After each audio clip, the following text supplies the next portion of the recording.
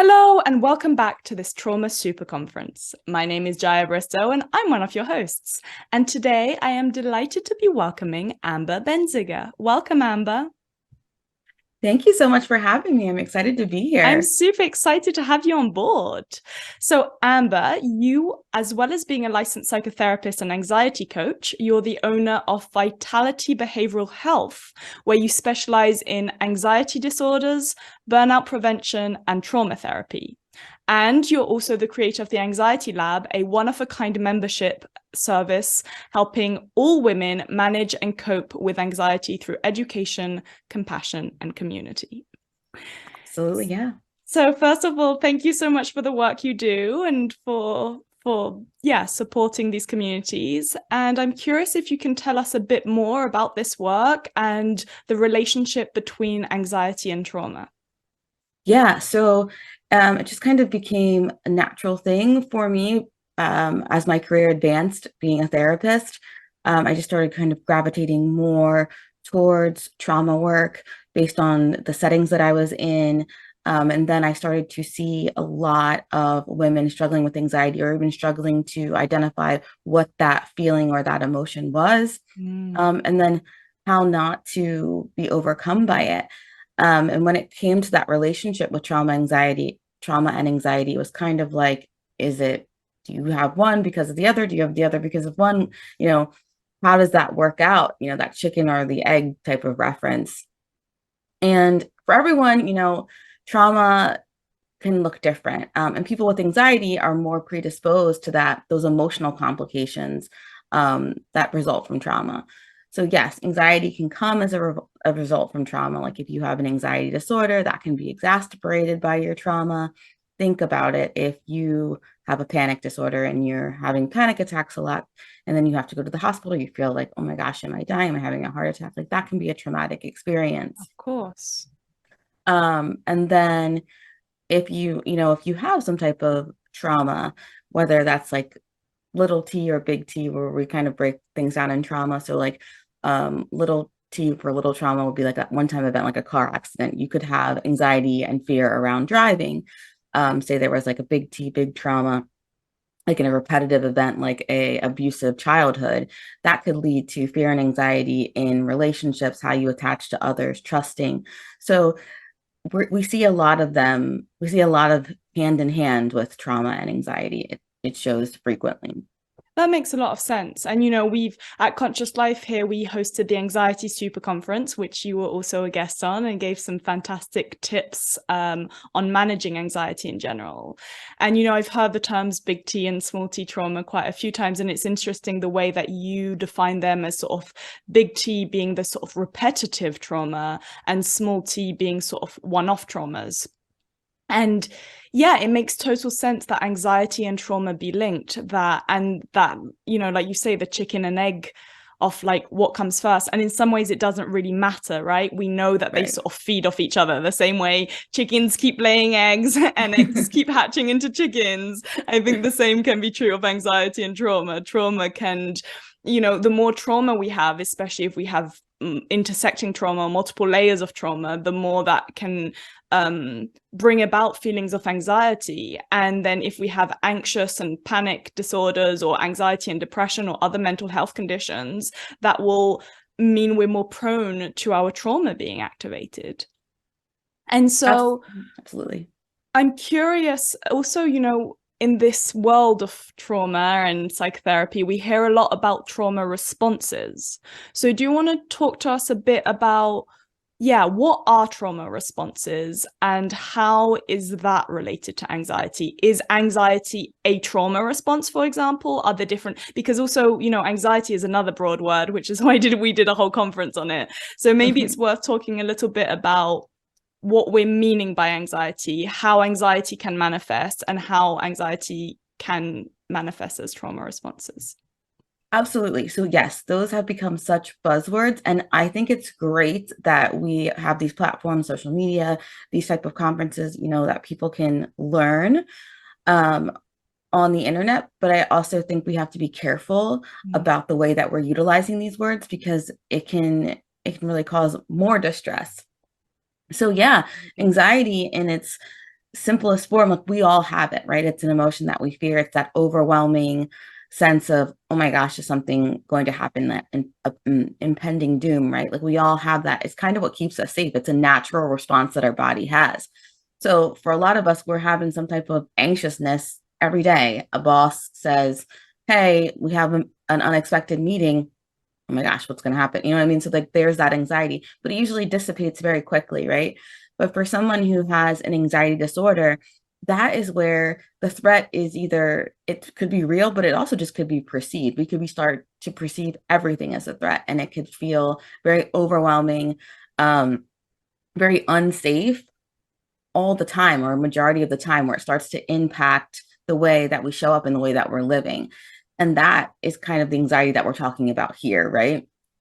So when we talk about a trauma response in the most basic general way, it's that emotional, um, it's how we show up in that emotional way for that traumatic event, right? That's our emotional response. So it's both immediate, which is more predictable, right? Like we can be in shock, we can be in denial. Say, a loved one dies, or we're in we're in a horrific accident, we could be in shock, right? But then there are those more long-term effects, like physical effects, like flashbacks or migraines that people get, or emotional responses, right? We can have that long-term anxiety where, it could lead us to not wanting to leave the house. It could lead to some type of phobia. It could lead to fear of or trust issues with other people, strained relationships, mood swings. So in that way, you can see anxiety kind of show up as a trauma response, if you want to say. That makes sense. And I really appreciate that definition of anxiety, as a bit like we were talking about small t and big T trauma. It sounds like small a and big A anxiety, right?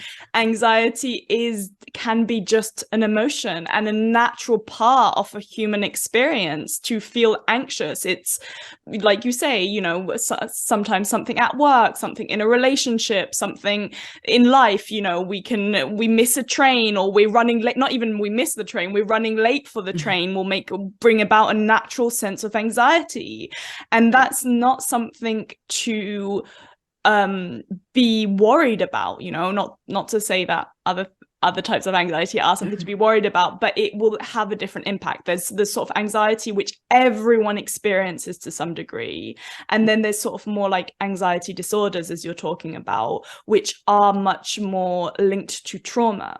And so in the same way, what I'm hearing you say is like, in the same way that sort of we know trauma is created a lot by our holding environment, right? We can have traumatic events, whether big events or small events, and those can cause and create trauma or not, right? It's not the event itself that causes the trauma, it's the holding environment. And it sounds like there's a similar link with anxiety, where there's these big anxiety disorders which are linked to trauma, where we have trauma, we will be, the anxiety will be exacerbated, and it can cause an anxiety disorder, which will have a much bigger impact on our day-to-day life than the sort of small a anxiety, which I'm now going to call it, which is just a sort of normal human response. Yeah, absolutely. I think we don't realize like how much, trauma, like that big T especially, can affect our brain activity, right? The stress impacts our brain.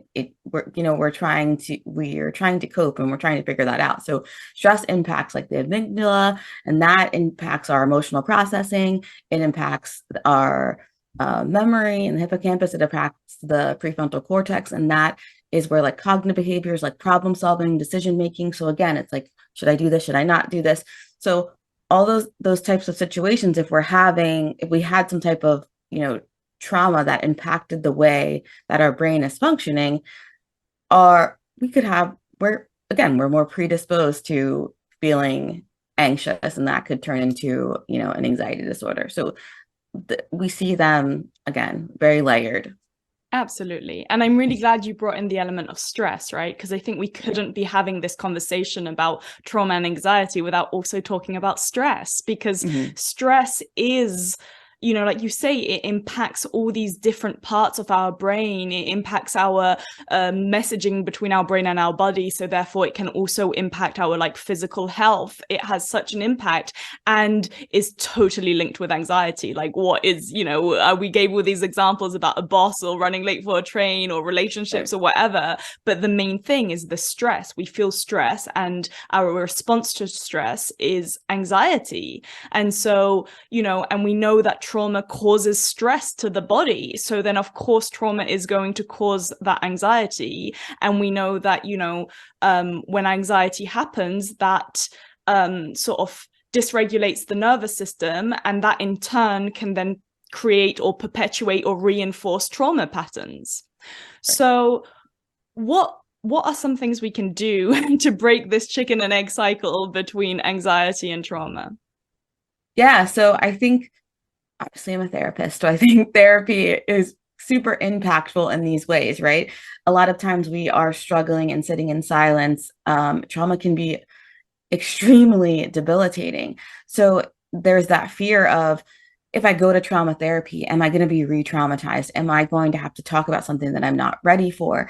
And there are so many different types of therapies and treatments, some where you're not even really having to go back and like process step by step about what happened in that traumatic experience, like EMDR or brain spotting. You know, there's CBT and DBT, and there's all these letters. But I think the most important thing is to find a therapist that specializes in what you're going through. So really talking to that person and saying, like, this is what, you know, is going on. This is where I'm trying to go. Do you have experience working with trauma? Do you have experience working with people who, you know, have experienced something similar to me? And feeling comfortable.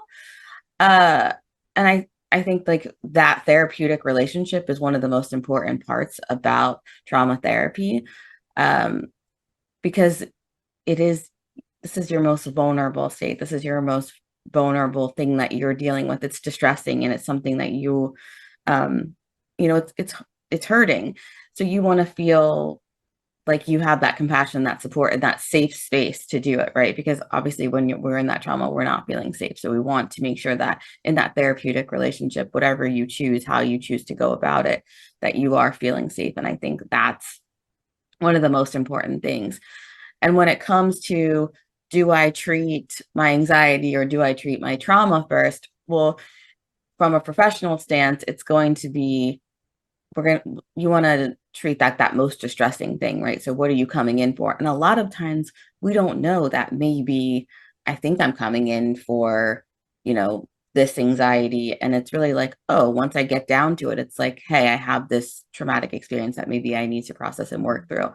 So I think that's why it's important to be open about where you are and what's going on, and open to that therapeutic process. Yeah, I think that's really important. And, you know, I really hear in what you're saying that like there's all these different modalities, and choosing the right modality that resonates for the type of work we're going through, or that resonates for us as an individual, is super important. But equally as important, if not more important, is choosing the right practitioner or therapist, someone who's attuned to what we're going through, someone who has either some experience personally or through their practice of working with these kind of topics. And as you say, part of the process is we don't always know what's going to come up as we go in. You know, there has to be this trust in the process. And at the same time, it helps if we know that there's someone sort of more aligned in what we're doing and that we trust. And because we know that for trauma healing to happen, we need a safe and supportive environment. And that if we don't have that, that's when we run the risk of being re-traumatized. So we need to trust the therapist. We need to trust the practitioner we're working with, so that we can open up, so that if the process brings stuff up, you know, it's not re-traumatizing. It feels safe. We feel held. We feel like we can regulate our nervous system in those moments with the support of the person we're working with. So I think that's really, really important, to find the right person, to be aligned. And for practitioners listening, I think it's okay to know one's own limits, right? To say, this is some areas that have worked with, that I can support. And hey, if you're coming to me with this thing, I haven't actually worked there before. I know that, I know many through this work and my personal life, many therapists. And for example,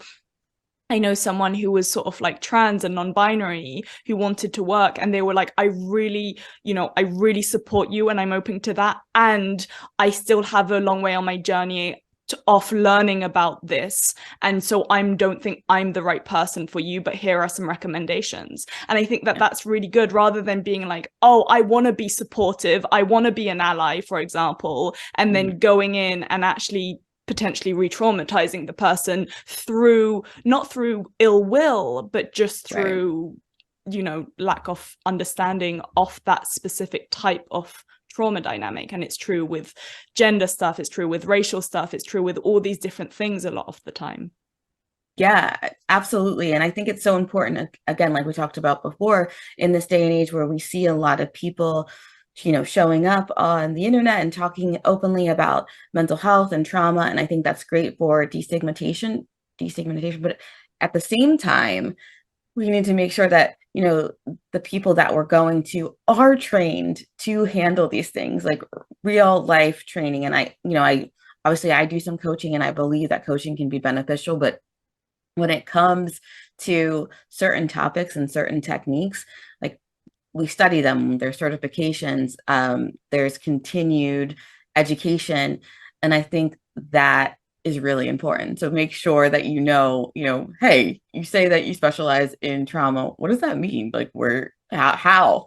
So like, that's not an off-putting question. And if the person is like, whoa, like, then we should think about that, right? Because we should be able to say like, no, I feel confident in my work, and this is why, and this is how I've studied it, and this is how I've utilized it, evidence-based or not, like being able to show this is what I do and why I do it and how it makes sense. I think that's so important, especially because, going into those type of situations, there's a lot of anxiety. So we need to be, careful about that and supportive through that. It's okay if you're feeling nervous. You're okay if you're feeling anxious about taking that step in your journey with, healing your trauma. I think that's really real. And for those beginning times, I feel like I spend a lot at the beginning of just trying to stop those racing thoughts, right? Just around like the fear of having it. So I think it's really important to just remember that like it's not easy, and taking those steps to move forward and processing is really brave. I think that's so important to remember, like you say, the fact that everyone is talking about trauma these days is really important, because it gives a language to people that they might not have had access to otherwise. It destigmatizes mental health, and these are brilliant things. And yet, because someone has a post with #trauma doesn't mean that they're a trauma expert. It also means that people, there is nothing wrong with self-diagnosis in certain contexts, and it's an important first step and often for diagnosis. And at the same time, there's a lot of risk of people, seeing these terms all over and using them very casually without fully understanding what they mean. So it's not criticizing anyone or anything. It's just saying, beware, do your homework, like listen to people who know what they're talking about, and make sure you find someone that you can trust so that the process can work. Absolutely. And you were talking about these racing thoughts and, this anxiety even in this situation. So I'm wondering if you could say a bit more about what do we do when we're having these sort of racing thoughts, these ruminating thoughts, these anxiety messages in our head, these loops that are difficult to break, and that can, what do we do? Yeah, so there's a couple of interventions that you can just do on your own. We talk a lot about grounding techniques. So what does that mean? It really means like grounding yourself in the moment, and utilizing your senses is one of the easiest way, because you have that right there in your body. So, you can clench your fist really tight and release, and focus on how that feels. If you're able to like go to the bathroom, or if you're at home, or if you're in the grocery store and you're walking by the freezer section, you can utilize the cold, whether that's ice or cold water, to kind of focus on how that feels in your body. And that's going to allow you to break that cycle of the rumination, because you're focusing on the cold, to then kind of ask yourself, and I think that's one of the next things is questioning instead of like, what's wrong with me, right? Because a lot of times when we're feeling anxious, we're like, oh, what's wrong with me? Here I go again. Instead of like, what do I need right now? Or what's coming up for me? Like, do I need a break? Do I need some support? Do I need to call somebody? Do I need to take a minute? Do I need to switch environments, like walk outside or whatever that is? So kind of asking yourself in those moments, like what you need. Um, Music is a really great tool if you have, you pop on your AirPods and listen to a playlist, because music is really transformational. It can kind of transform you to somewhere else. Maybe it's a favorite song, maybe it's a time period when the song came out, so kind of helps you break that monotony of the ruminating thoughts. And then one of my favorites is always journaling. So kind of getting it out. If we're having this loop, like what is happening? Can we get it out on paper, especially if there's no one right in front of us and we're able to talk to? So being able to get it out and utilize our own narrative, and then kind of sometimes even reading it back and being like, did this make sense? Is this actually a fact, or is this my anxiety talking to me? That makes sense. And I like that there's these different, you have this sort of step by step with different processes. So number one is just doing something to sort of like not quite shock your brain out of it, but basically that. So like you say, the cold can be very helpful. Or I know like using your senses, using your physical senses. So whether it's the cold or like the 5, 4, 3, 2, 1 meditation exercises where you like name 5 things you can see, 4 things you can touch, 3 things you can hear, 2 things you can smell, and 1 thing you can taste, I think, or something like that. I sometimes get the order wrong. But like, or whatever it is, like, something that just snaps you out of it. Then once you're snapped out of it, this idea that it's like questioning, not going back into like criticizing yourself and the inner critic of like, what have I done wrong? What's happening here? Why is this happening? What's wrong with me? This always happens. Not going into story and criticism, but instead just taking a beat and taking on the role of like a kind, supportive parent rather than a critical voice, and being like, okay, what's needed in this moment? And giving yourself options. Do I need to go and just like lie down and take a break? Do I need to go for a walk? Do I need to journal right now and let it out? Do I need to call a friend or send a voice message to release? And then, once we figured out what we need and we're sort of a bit calmer, then to help metabolize the whole process and have more clarity and understanding, like you say, there's journaling, and journaling can take on many different forms. I think we talked about this on the Anxiety Super Conference. And like for me, I love sending voice messages. Voice messages are my form of journaling. And my dear friends are used to receiving 10, 15, 20-minute long voice messages from me, and I'm used to receiving the same from them. So it's all good. I don't do it to everyone. We have a mutual understanding, right? And I think those are some modalities that are super supportive. There's lots more that I've talked about on the Anxiety Super Conference. So again, I keep mentioning that people can access that if they want to know more about this particular topic.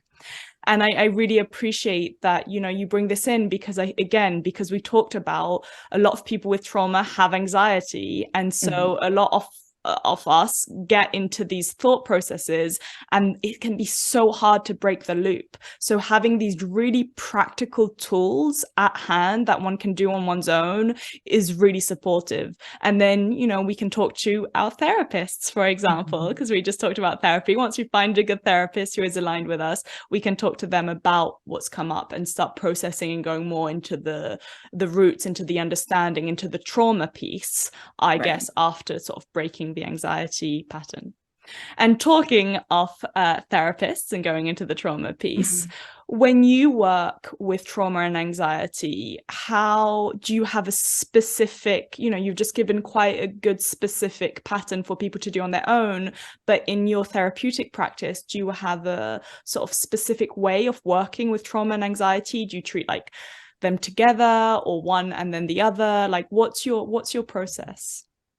So I usually am very specific to the client, right? So like, what is the most distressing? A lot of times people are coming and we think that we're coming for this one thing. And once we talk it through, it's actually like, oh, wait, I want to focus on this. So I think it's really important to build that relationship with the client, help them not feel as distressed in that moment, right? Like, what is dysregulating you right now? So we can kind of form this base so then that we can get to those underlying things. And that's usually my flow of how I work with my clients.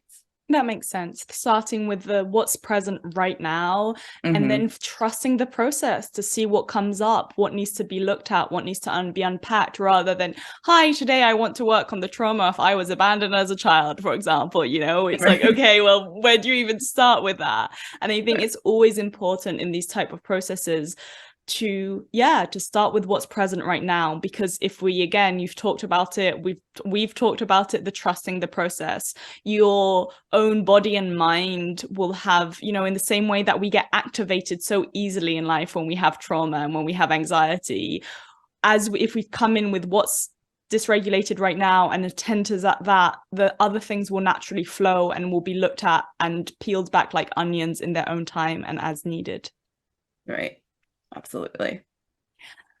Amber, this is really interesting. And I think for people who want to find out more about you and your work, and especially your work with anxiety and trauma together and your projects, how can they do that?